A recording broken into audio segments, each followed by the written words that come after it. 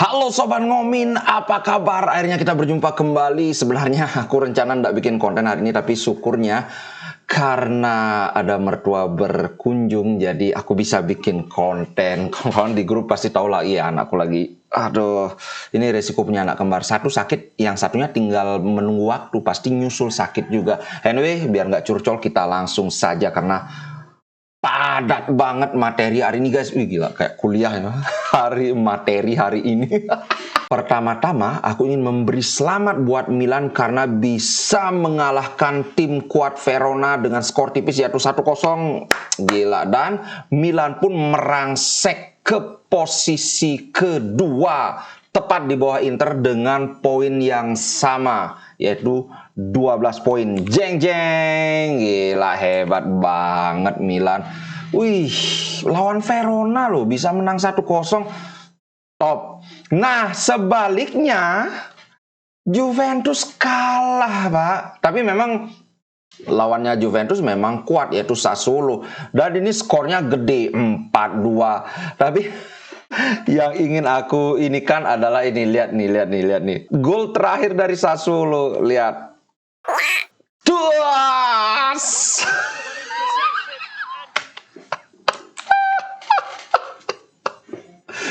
Kalau ngelihat ini, kemudian ada yang bilang, wah semua ini permainan bandar, aku 100% percaya. Itu kalau ada pinter, tidak pinter, kemudian goblok. Nah di bawahnya ini apa namanya, itu yang terjadi barusan. Oke, itu aja komenku untuk pertandingan Juventus. Bahkan si Allegri sendiri berkomentar, kami hari ini kesulitan, sangat kesulitan. Pada saat ini kami tidak memiliki kemampuan untuk switch the mood. Switch itu artinya dari kayak tertekan, terutama secara mental, nggak bisa membalikkan keadaan itu, dia nggak bisa. Secara mental kami kalah. Bahkan dia bilang lebih gini, kami menyerah secara mental setelah kebobolan gol ketiga. Waduh, gila Juventus ini sudah menghadapi tuntutannya Bonucci, kemudian dituntut lagi oleh CR7, kemudian lagi hasilnya seperti, padahal lumayan kemarin kan mereka nangkring di posisi kedua, tapi dengan kekalahan ini ya sudah disalib sama Milan. Kemudian ada berita yang menarik, Lukaku dikit aja. Ini ada sesuatu yang agak lucu. Lukaku ngomong gini, hanya perlu satu panggilan, satu phone call dari Roma untuk meyakinkanku bergabung dengan AS Roma. Ya kalau dari sudut pandangku ya jelas, karena tim lain udah nggak ada yang mau sama dia. Inter udah nggak mau, Chelsea udah nggak mau, Juventus juga ternyata cuma ngeprank, Milan juga nggak ada kabarnya lagi. Jadi ya satu-satunya tim yang berminat dengan dia di Serie A cuma Roma. Tim lain selain Juventus, Inter, AC Milan kan nggak mungkin mampu mengakomodir gajinya yang walaupun sekarang diturunkan sampai 7,5 juta. Ini kan gaji yang gede banget untuk ukuran Serie A. Jadi ya memang tidak ada pilihan lain buat Lukaku. Dan terbukti aku selalu bilang bahwa kita tidak bisa meremehkan Lukaku dari segi skill, dari segi kemampuan dia mencetak gol. Dia sudah mencetak 2 gol untuk Roma, walaupun dia joinnya belakangan, oke? Jadi ya kalau nanti kita ketemu Lukaku, ketemu Roma, ya memang Lukaku ini adalah striker yang sangat harus diwaspadai. Oke, seperti janjiku itu aja. Sekarang kita bahas Inter Milan. Nah, aku mau bahas tidak terlalu banyak tentang pertemuan lawan Empoli ya, karena kawan-kawan pasti sudah tahu dengan tidak bermaksud meremehkan Empoli. Sama seperti lawan Sociedad kan, dari segala sisi itu, dari segala aspek kita lihat Inter Milan itu lebih unggul dari Sociedad, tapi apa kenyataan di lapangan? Kenyataannya kita beruntung bisa meraup 1 poin. Oke, tapi itu nggak usah kita bahas.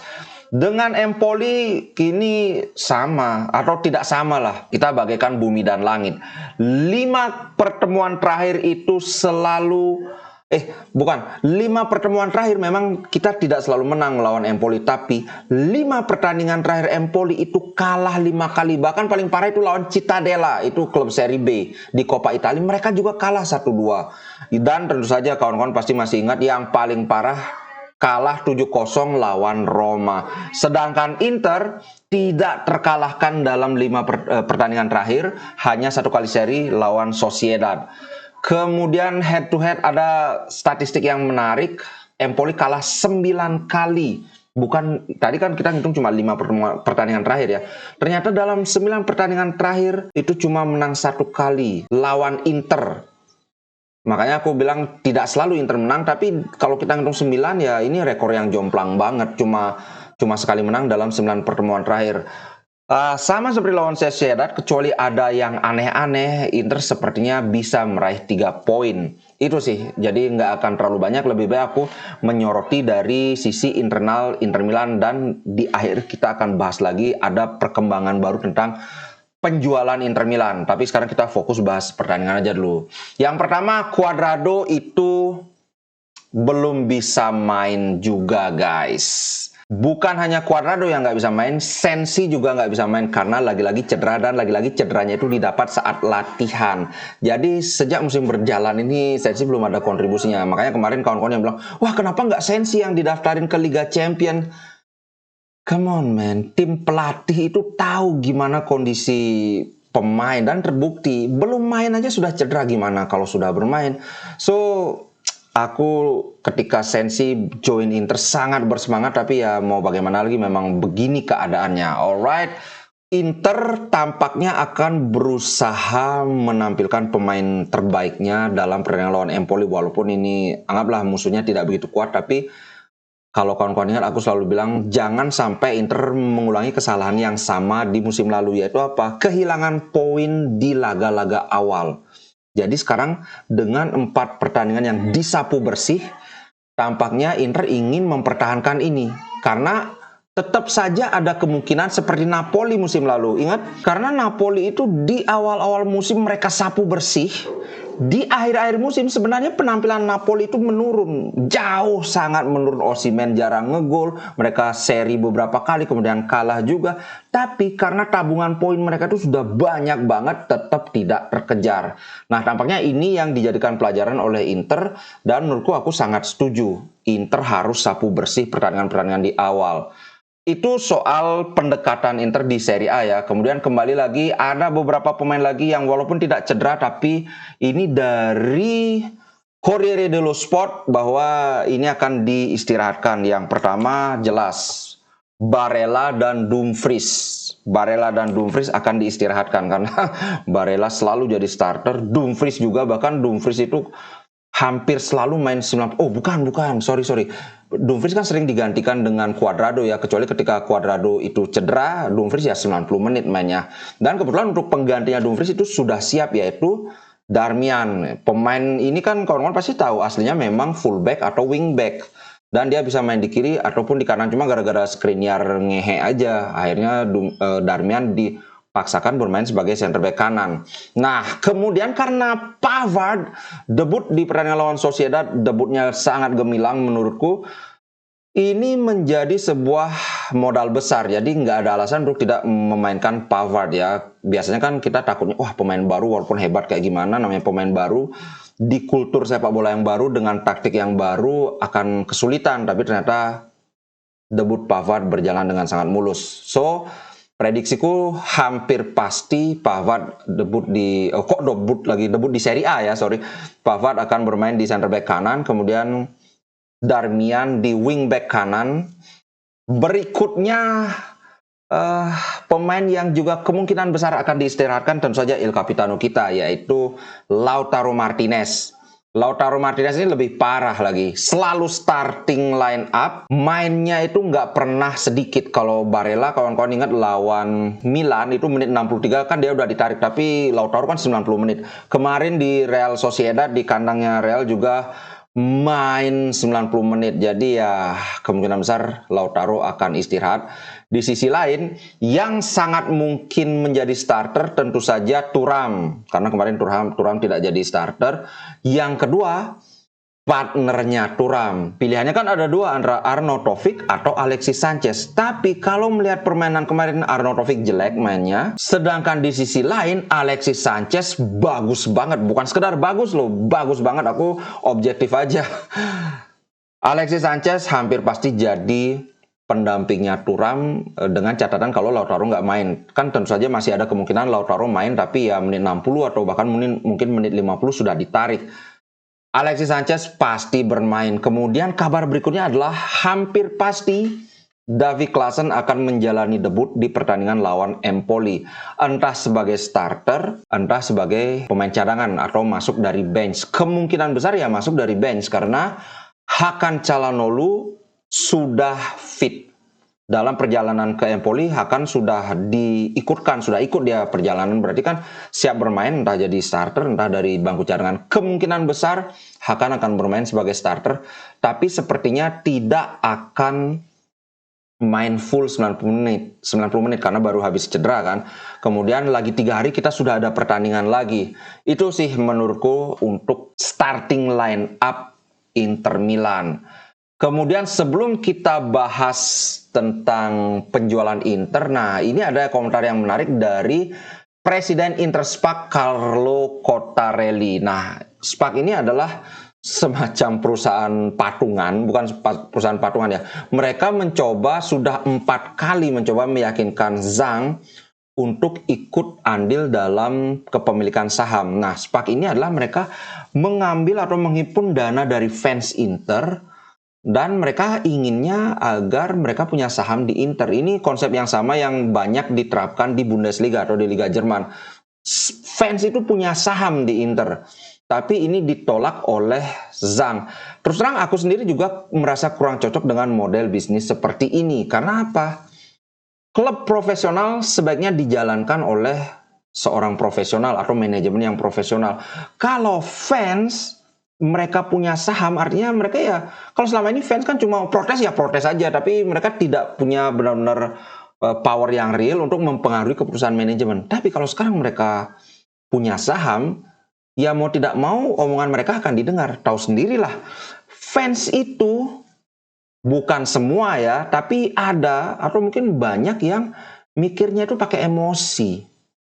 Kayak Suning out lah, Lautaro Martinez out lah, jual aja Lautaro lah, kemudian Barella out lah. Ya kawan-kawan tahu lah apa yang aku maksud. Nah, ini yang menurutku ya sudah, fans tetaplah sebagai fans. Kita kalau kesel ya kita bisa kesel, tapi jangan sampai kekesalan fans itu mempengaruhi keputusan manajemen. Ini nggak baik banget. Itu yang menurutku. Kalau kawan-kawan gimana? Setuju apa nggak? Kalau nggak setuju silakan tulis di kolom komen, nanti kita mungkin diskusi ya. Oke, sekarang kita bahas menu utama. Kemarin aku sudah bahas tentang rencana penjualan Inter Milan ya. Nah, ini ada berita yang lebih konkret lagi. Jeng jeng, Saudis are not joking. The offer to Suning is official. Inter is valued more than AC Milan. Jadi Saudi nggak bercanda gitu, nggak sedang bercanda. Itu penawarannya itu official, walaupun ada berita berikutnya dari Sempre Inter yang digosipkan itu kan Investcorp. Investcorp ini sebenarnya Bahrain yang punya, tapi memang banyak uang Arab Saudi yang ada di Investcorp. Aku nggak tahu seberapa persisnya, tapi katanya sih lebih dari 50% dana Investcorp itu punyanya Saudi. Entah itu punyanya swasta atau pemerintah Saudi, kita nggak tahu lah. Yang menarik adalah dari Investcorp mereka tidak membenarkan soal ini, tapi juga mereka tidak mendinai, tidak menyangkal. Nah, ini kan menarik ya. Biasanya kalau berita itu tidak benar, pasti yang pertama itu pasti disangkal atau dibantah. Tapi mereka tidak membantah, juga tidak membenarkan. Tampaknya mereka memang ingin agar segala negosiasi itu benar-benar berjalan di balik layar. Dari Suning juga mereka inginnya supaya ini tidak mempengaruhi mentalitas tim. Nah, yang menarik adalah begini. Kalau kemarin aku bilang namanya juga ini kan masih simpang siur karena beberapa ada bocoran, ada beberapa dari sumber yang katanya terpercaya. Kalau kemarin itu bilang katanya Suning siap melepas Inter di bawah 1 miliar, tapi sekarang ini ada berita perkembangan terbaru, katanya angka yang sedang dinegosiasikan itu adalah 1,3. Nah, tampaknya begini faktor yang aku baca ya, aku ini intisarinya aja. Sang ini kan bukan orang ecek-ecek. Mereka itu punya duitnya tuh banyak, tapi mereka nggak bisa nyalurin duit itu karena kebijakan pemerintah Cina, sehingga mereka terpaksa minjem duit di Oaktree kan. Nah, bagi Steven Zhang, menjual Inter itu bukan prioritas. Ini beda dengan di zaman Moratti itu. Memang harus dijual Inter, kalau enggak itu benar-benar bangkrut. Nah, sedangkan sekarang situasinya beda. Mereka punya duit, tapi duitnya itu nggak bisa dibawa keluar. Nah, sembari mereka masih sedang mencari cara gimana caranya nih, lobby-lobby dengan pemerintah Xi Jinping lah, inilah, itulah. Itu faktor pertama ya. Yang kedua, Zhang itu sangat ingin, kalaupun dia melepas Inter Milan, dia inginnya Inter itu dilepas setelah bintang kedua didapatkan. Karena ini adalah seperti yang aku bilang bahwa dia nggak perlu duit untuk dari penjualan Inter Milan. Tapi yang dia perlu itu adalah pride atau gengsi bahwa wah, aku loh yang bisa memimpin Inter untuk dapetin bintang kedua. Makanya ini yang bikin Zhang itu masih ragu-ragu untuk ngejual Inter Milan. Faktor berikutnya adalah hubungan, ternyata ini baru terungkap, hubungan antara Suning dan Oak-Tree itu ternyata sangat rekat, sangat lekat. Sehingga sebenarnya aku memperkirakan kalau dari sisi bisnis, dari Oak-Tree itu ya ngapain mau dengan refinancing kan, maksudnya di restrukturisasi hutang itu, karena mereka tinggal ya sesuai perjanjian ya udah mereka akan bisa memiliki Inter Milan, kemudian dijual 800 juta mereka sudah untung kan. Tapi ternyata memang hubungan bisnis antara Oak-Tree dan Suning itu lebih dari sekedar di sepak bola saja, karena ya Cina juga negara industri. Ini akan bisa jadi modal untuk Suning atau untuk Zhang untuk come on, kita hubungannya baik, tolong restrukturisasinya di ACC kayak gitu. Tapi di sisi lain ada juga faktor yang bikin Zhang mau ngejual, yaitu valuasinya yang 1,3. Nah, dia bisa menjual Inter lebih mahal daripada Milan. Ini kan jadi sumber kebanggaan juga, berarti oh aku lebih mampu, oh nilai Inter itu lebih besar dari Milan kayak gitu. Menurutku alasan yang paling kuat itu adalah Suning ingin melepas Inter setelah mendapatkan bintang kedua. Karena ini adalah sebuah kebanggaan yang susah dinilai dengan uang. Apalagi seperti yang aku bilang di awal, dia tuh nggak butuh uang. Duitnya tuh turah-turah. Ya memang kalau diadu dengan duitnya Arab ya masih kalah. Tapi ya Suning ini bukan kaleng-kaleng gitu loh. Gaya gimana menurut kalian? Kalau aku sih sepertinya itu kemungkinan besar, kalaupun ini deal antara Suning dengan Oak-Tree dengan Investcorp, kemungkinan besar ini akan terjadi setelah musim ini berakhir. Itu sih kalau menurutku. Oke, itu dulu untuk konten kali ini. Semoga kawan-kawan puas, semoga bisa menjadi pelepas dahaga. Gila ya, aku jadi puisi gini nggak jelas. Oke, itu dulu untuk konten kali ini. Terima kasih buat kawan-kawan supportnya sebagai member. Ingat, yang ingin baju ini, linknya sudah aku sediakan di ini. Buat kawan-kawan yang member, japri aku lewat WA, aku kasih link, harganya lebih murah. Oke, ciao guys, terima kasih. Inter Milan di dadaku, biru hitam warna darahku. Level winnernya Itali, tidak pernah degradasi. Inter Milan kebanggaan.